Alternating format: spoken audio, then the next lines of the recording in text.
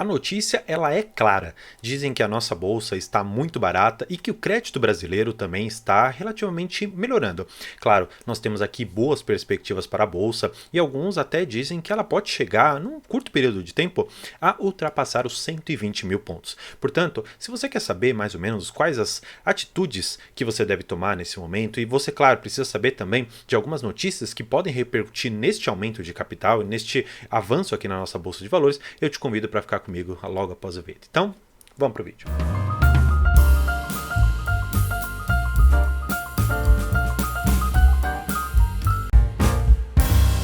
Olha que notícia interessante que aqui você deve saber. Pela primeira vez desde 2019, S&P Global eleva a perspectiva de nota de crédito do Brasil. Basicamente, o que eles estão dizendo para a gente? Olha, vocês têm aqui uma determinada dívida conosco, que, vamos dizer assim, a gente compra aqui o seu tesouro, a gente compra aqui a dívida brasileira.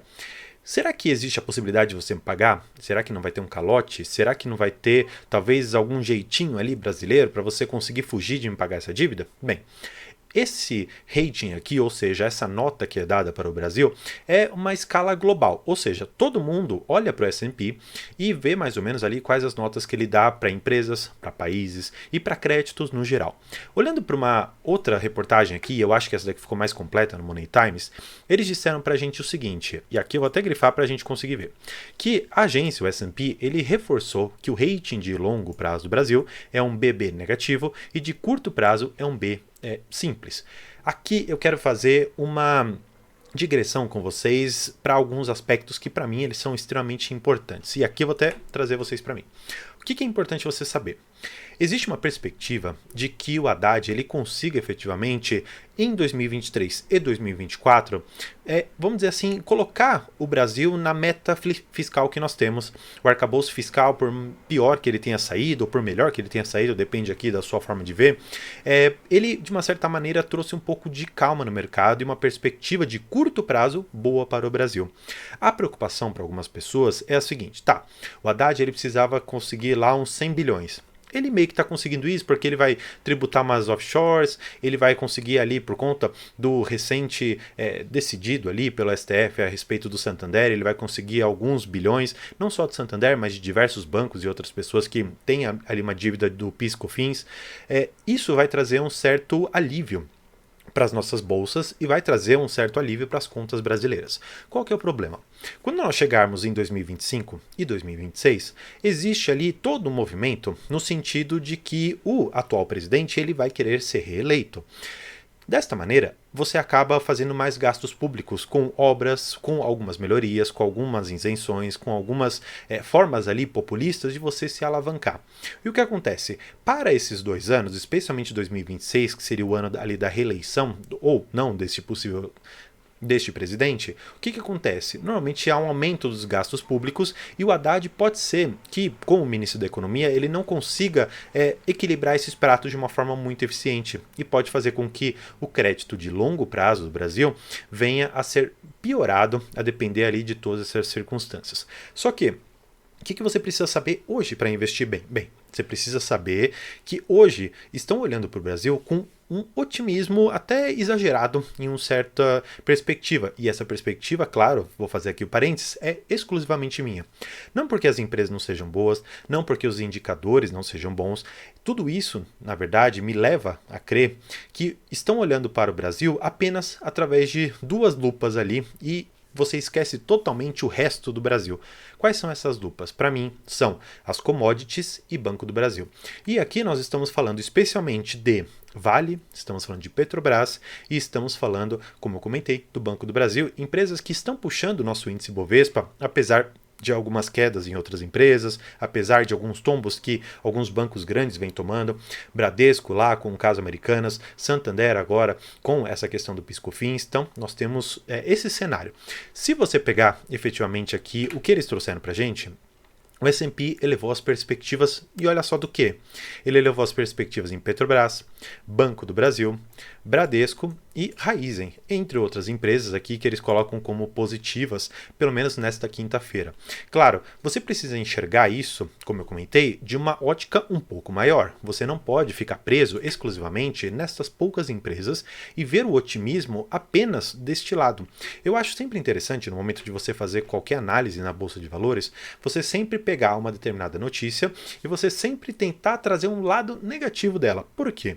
Normalmente, as pessoas que ganham dinheiro na bolsa de valores, elas estão no contrafluxo, ou seja, aquela pessoa que compra a commodity no low dela, ou seja, no pior momento, é aquela que no futuro, quando essa commodity vier ficar extremamente positiva e todo mundo sair correndo atrás dela, vai ganhar muito dinheiro. Hoje, enxergando de uma certa maneira esse mesmo movimento, se todos estão extremamente positivos com a bolsa, por que eu devo permanecer também positivo, sendo que o comportamento da maioria normalmente é um comportamento que acaba sendo pior no longo tempo? Olhando, portanto, nessa perspectiva e sabendo que estamos otimistas com o Brasil e com algumas empresas em específico, talvez seja o caso de você, primeiro, se posicionar em empresas que não estejam neste radar.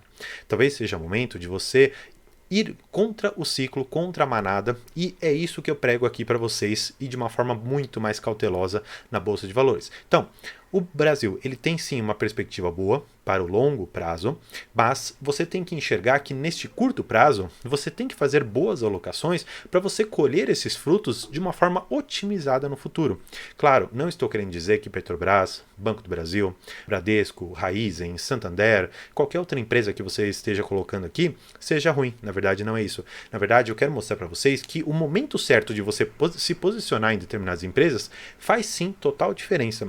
Tanto é que pessoas que compraram, por exemplo, Vale lá nos seus highs, nos seus melhores momentos, vamos dizer assim, nas suas cotações mais altas, chegou a pagar 90, 100 reais por cada papel.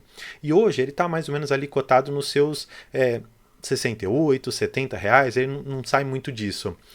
Aquela pessoa que pagou 30 reais mais caro, será que só com os dividendos ela conseguirá o mesmo resultado que você está conseguindo ou que você conseguirá hoje com o Vale comprando a 60 e pouco, 70 reais? Naturalmente não. Naturalmente o resultado desta pessoa será menor, mas ainda assim pode ser bom considerando que é uma empresa muito boa. O que eu quero mostrar para vocês é que, olhando sempre para o longo prazo, o retorno ele pode ser exponencial ou ele pode ser apenas bom. E aqui no canal eu quero que vocês entendam que comprar empresas quando todo mundo está otimista com ela, normalmente esse otimismo já está precificado, normalmente você já está pagando mais caro por aquele otimismo.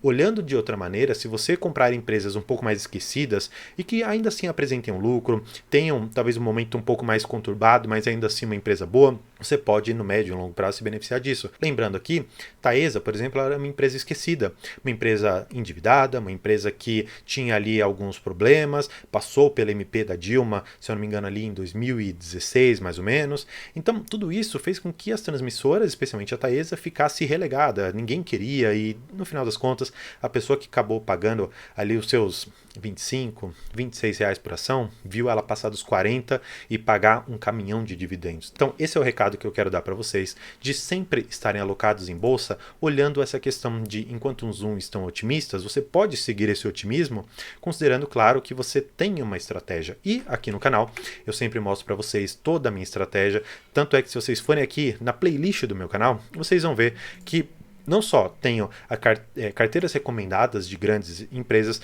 como também tenho a minha própria carteira de investimentos que eu sempre comento aqui com vocês, o que eu estou fazendo com o meu dinheiro e mostro um racional por detrás, muito ligado ao contrafluxo, que é o que eu gosto muito de seguir na Bolsa de Valores, para que no médio e longo prazo eu consiga um enriquecimento e alcançar minha liberdade financeira. Portanto, convido mais uma vez vocês a se inscrever aqui no canal, deixar um curtir nesse vídeo e por hoje é isso. Muito obrigado e tchau!